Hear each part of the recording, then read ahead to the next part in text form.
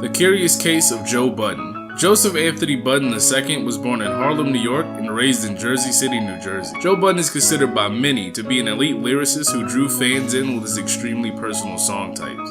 Over a long, robust career, Joe Budden has many accolades and many claim to fame and many projects that those would consider to be great. So what exactly happened in his career for public opinion to be so negative? What caused people to sour towards him? In this video, let's make a quick timeline of Joe Budden's career and see if we can pinpoint an exact location in which fans seem to turn away from Joe Budden and leave him with a cult fan base that if you try to preach about Joe Budden, people on the internet will most likely clown you.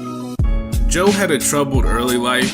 You can gather that much just from listening to his music, so I won't go into detail with what he went through. However, if you must know, I will link an article in the description that pretty much details what he went through in his personal life so you can understand the video better. In 2003, Joe Budden released his debut self-titled album. Led by two singles, Pump It Up and Fire Yes Yes Y'all. Pump It Up, which is the single which I'm sure you all know. Pump it up, you came to get it drunk with a dame, much shit drunk, you came to get it on. More than 5 O's in your bank. Pump It Up peaked at number 38 on the Billboard 100. I remember being in elementary school and hearing this song everywhere. All in all, this is a pretty good album. It showcases lyricism, although to a lesser degree than he does later on in his career. I think it should be noted that in 2003, Joe Budden also had a beef going on with the rap legend Jay-Z. Jay-Z hopped on Joe Budden's own beat, Pump It Up.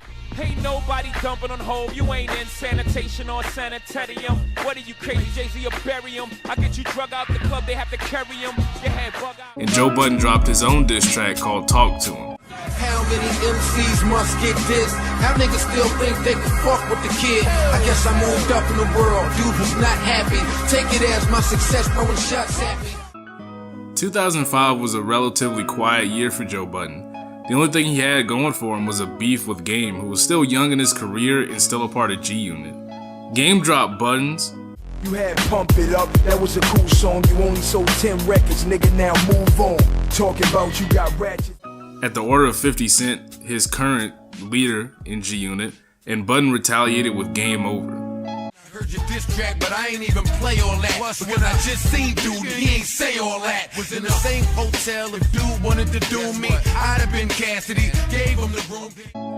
In 2006, Mood Music 2 was dropped, and unlike Mood Music 1, this was a fully new project and considered by most to be some of Joe Budden's best work. Pull up at the dice game, wrist on AC. From my own safety, I'm keeping it all safe. Feds wanna indict them, blue suits wanna chase me. My money too long for you fuckers to come and cage me.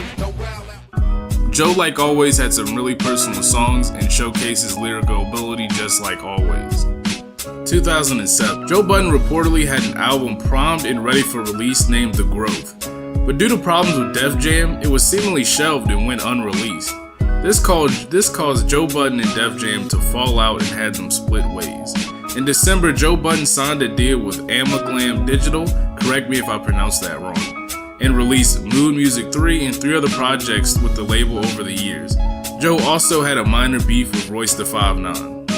2008, Joe released his project Halfway House. On this project, there was a song named Slaughterhouse, which featured Royce da 5'9", Joel Ortiz, and Nino Bless. See the ass on his girl, so they wondering why is he so mad at the world? I take it out on tracks, I R.I.P. it, so even to the producer, it's hard to ID it. Bar's tremendous, it's in your best interest. I insist you mention, do your best bitch friend.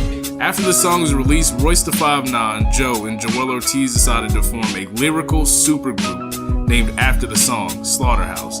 They signed to Shady Records, and it seemed to be nothing but clear skies for this group here on out. 2009, Joe Budden released Padded Room with Amaglam Digital.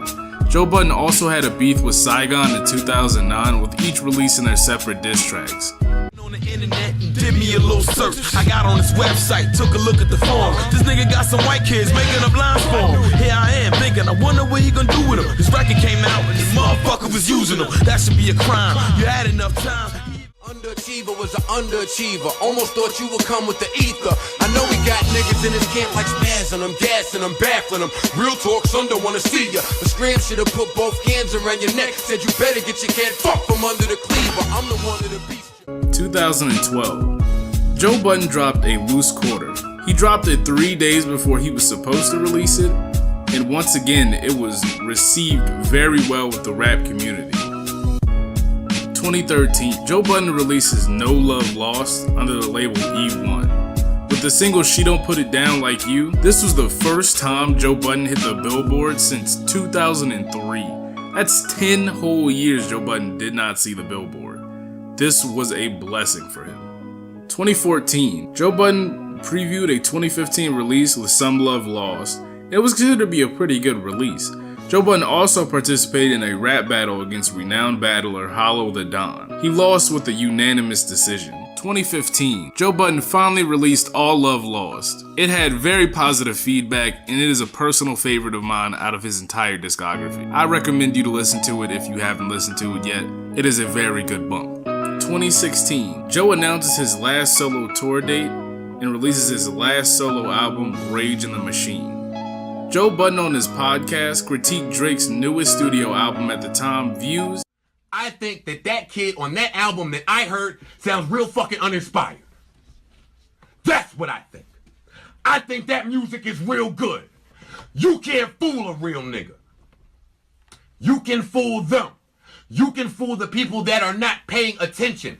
That music sounds good and I enjoy it. I played that album all the way to DC and all the way back. And after the podcast, a leak of French Montana's No Shopping leaked, and it was speculated that Drake threw some jabs at Joe. After that, 4 p.m. in Calabasas drops. You the one tanking, no limit to where I could take it. And you know me as a crisp bottle sender, check picker upper. I thought we looked out for one another. Saw us all as brothers in the struggle, too blessed to be humble. I guess it's different in the city I come from. All of a sudden I got people showing how much they truly resent me. They hold the meaning to spells envy, they trying to tempt me. The higher I get, the less they... Joe then responds with Making a Murderer. Enough of the sentimental crap, cool if you into that. Fuck all of these subs, who they intended at. I won't believe it's me without forensic facts. They don't normally mention black when penning they raps, but then I listen back. I heard a pinch of sass, tender ass. Said he come around, he gon' get pinned to... Joe drops Wake. Slay ass. My condolences, my condolences. Whole family in mourning, send my condolences. My condolences, crazy, I just spoke to him. Courtney dropping drinks on her hooter, she losing focus. Shit, don't send a text, I don't care, y'all mad. Shit, I waited 5 days. Joe drops Afraid. I just feel like you broke a promise to me. Only her cause I thought you were being honest with me. Joe drops Just Because. Look, listen, Fluckers up with us. How we ain't agreeing, sensitive thugs need hugs just to... And then the beef kind of peters off. This is Joe's seemingly last year in hip-hop, and that was Joe's final beef. Probably the biggest beef of his career. It was with Drake, who I believe holds the record for most #1 hits to ever be put out by a rapper. Joe definitely had a lot riding on this beef, and it almost seemed as if Drake stopped taking it serious after he dropped his own diss track. Now that we've looked over Joe Budden's entire career, as riddled as it was with accolades and things that he did well and things that he did better than other rappers and things that he did worse, it begs the question, what in his career caused him to have this negative public opinion? Me personally, I believe it was how many beefs Joe Budden was just in. It seemed every other year he was ensued in another beef. It's almost as if he wanted these beefs to happen, however, he didn't do it in the way that a normal rapper would do it. He beefed for no reason. There was no project coming out after the beef. He would just start a beef. Some of the beefs were even outlandish and just didn't seem like they were deserved.